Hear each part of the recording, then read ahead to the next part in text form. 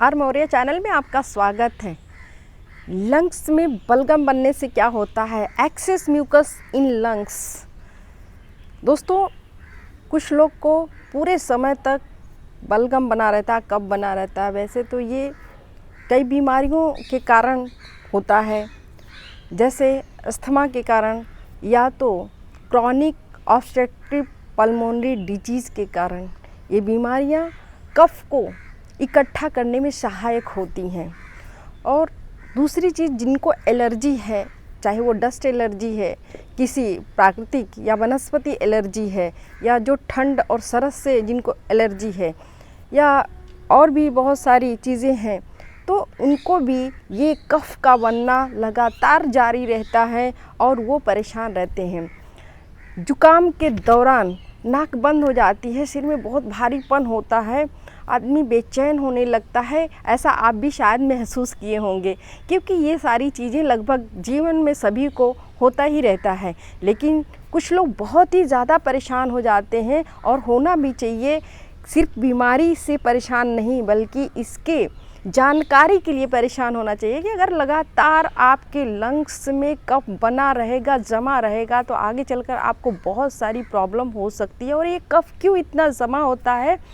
क्योंकि नाक के जो आसपास के टिश्यूज़ होते हैं उसमें सूजन आ जाती है, वह ब्लड वेसल्स जो होती हैं उसमें भी सूजन आ जाती है, जिसके कारण जो नाक द्वार है वो बहुत संकीर्ण हो जाता है, और उसके अंदर जो थोड़े से जगह बचती है उसमें कफ मीन्स म्यूकस बलगम भरा रहता है, एक चिपा पदार्थ भरा रहता है, जिससे हम सांस को अच्छी तरह से ना ही ले पाते हैं ना छोड़ पाते हैं।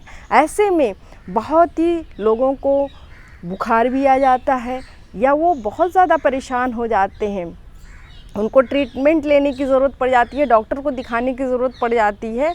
अगर आपको ऐसा बार बार होता है तो आप डॉक्टर को दिखा लें, कि बहुत सारे ऐसे भी ट्रीटमेंट हैं जो आप घर में ले सकते हैं, और इन सारी चीज़ों को आप बचा सकते हैं।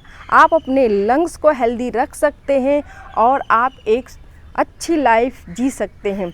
दोस्तों, मैं उनके लिए विशेष तौर से कह रही हूँ कि जिनको एलर्जी की प्रॉब्लम है, COPD है, अस्थमा है, अगर ये लोग इस वीडियो को देखें और इसको थोड़ा सा फॉलो करें। बाकी तो इस टाइम में डस्ट का किसको इन्फेक्शन नहीं है या एलर्जी नहीं है, क्योंकि वातावरण बहुत ही गंदा हो चुका है और चारों तरफ केमिकल ही केमिकल है, चाहे वो दवाओं के रूप में हो जो छिड़काव हो रहे हैं, सब्जियों में छिड़काव हो रहे हैं, तो हर तरफ ये प्रॉब्लम है। तो ऐसे में एक बहुत बड़ा चैलेंज है कि हम कैसे अपने लंग्स को स्वस्थ रखें, क्योंकि लंग्स में अगर देर तक ये कफ बलगम जमा रह जाएगा तो आगे चलकर जो हमारे ओल्ड एज होते हैं या जो मिडिल एज के बाद आजकल बहुत सारी बीमारियां होने के चांस होते हैं, जो हम ठीक नहीं कर सकते। हाँ, लाइफ लॉन्ग उनकी दवा लेकर थोड़ा सा अपने को ठीक रख सकते हैं। दोस्तों, आप जान लेते हैं कि ऐसे घर में कौन से ट्रीटमेंट है, आपके पास कौन से ऐसे ट्रीटमेंट हैं जिसको अगर आप लेते हैं तो अपने लंग्स को ठीक रखते हैं, या जो बलगम है उसको बहुत ही कंट्रोल कर लेते हैं, उनको आप लंग्स में जमा नहीं होने देंगे। देखिए, यही जो कफ था, यही कोरोना का सबसे बड़ा कारण हो गया था मौत का। तो दोस्तों, अगर ये चीज़ हम सबसाइड कर लेते हैं तो बहुत सारी चीज़ों को हम कंट्रोल कर सकते हैं।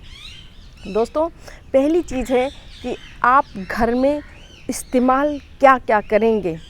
तो एसेंशियल ऑयल, इसमें कोई भी आप ऑयल ले सकते हैं, आप उसका मसाज करिए। मसाज करने से वहाँ की मसल्स स्ट्रांग हो जाती हैं, और जैसे छोटे अमाउंट में कफ या बहुत ही थिक या थिन कफ बनते हैं, तो आप उसको छींक के द्वारा या खांसी के द्वारा बाहर कर सकते हैं। लेकिन आपकी मसल्स अगर स्ट्रांग नहीं होगी, आप धीरे धीरे खांसते रह जाएंगे, लंग्स जमा रहेगा, ना नाक से निकलेगा ना मलद्वार से निकलेगा। दूसरी चीज़, हाइड्रेशन मेंटेन करना। दोस्तों, पानी पीना स्वास्थ्य के लिए तो आप जानते हैं कि बहुत ही अच्छी चीज़ है। साथ में ये कफ को ढीला कर देती है, और इससे कफ आप कभी समझते हैं, कभी नहीं समझ पाते हैं। जब नाक और मुंह से कफ निकलते तो आपको लगता है कफ निकल रहे हैं, लेकिन जब पानी का इस्तेमाल आप अधिक करते हैं तो ये मल द्वार से कफ धीरे धीरे आउट हो जाते हैं और आपका लंग्स क्लियर हो जाता है।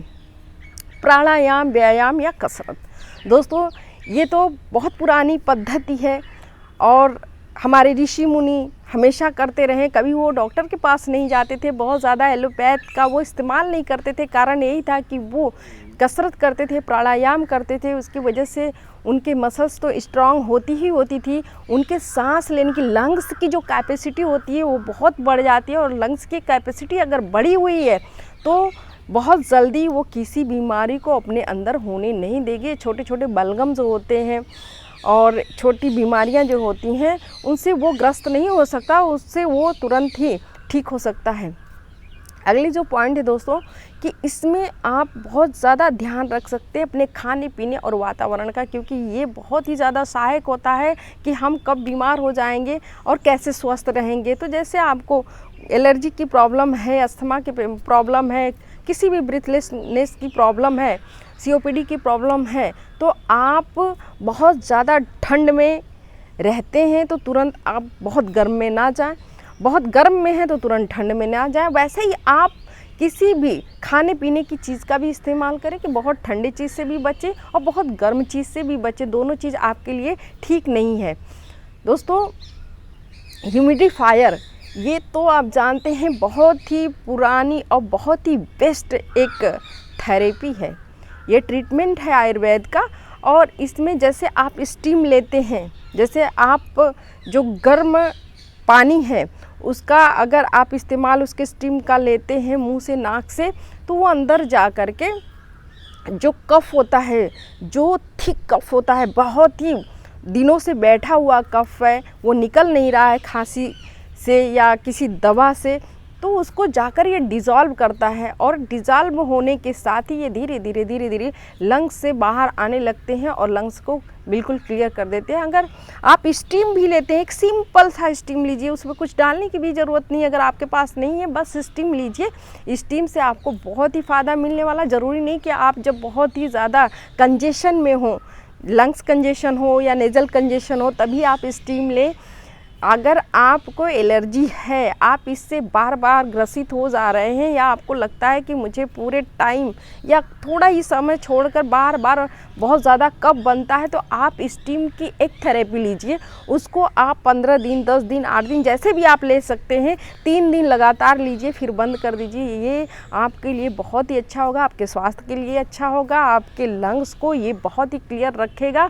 ऐसे में आप बच सकते हैं बड़ी बीमारियों से। दोस्तों मुझे उम्मीद है कि आज की टॉपिक आपको बहुत ही अच्छी लगी होगी। अगर आपको कुछ पूछना होगा तो आप ज़रूर कमेंट्स बॉक्स के थ्रू पूछ सकते हैं। दोस्तों जो हमारे नए व्यूवर्स हैं, जो नए श्रोता हैं, वो आर्मोरिया चैनल को ज़रूर सब्सक्राइब कर दें। दोस्तों औरों में आप शेयर करें, क्योंकि लोग बहुत पैसा दे देते हैं छोटे छोटे बीमारियों में, और घर में इनके सारे के सारे सिस्टम भी है और ट्रीटमेंट भी है, उनको वो बिना जानकारी के इस्तेमाल नहीं करते। अगर सभी को जानकारी हो जाएगी तो इस प्रॉब्लम से उनको छुटकारा हो जाएगा। इसी के साथ बहुत बहुत धन्यवाद।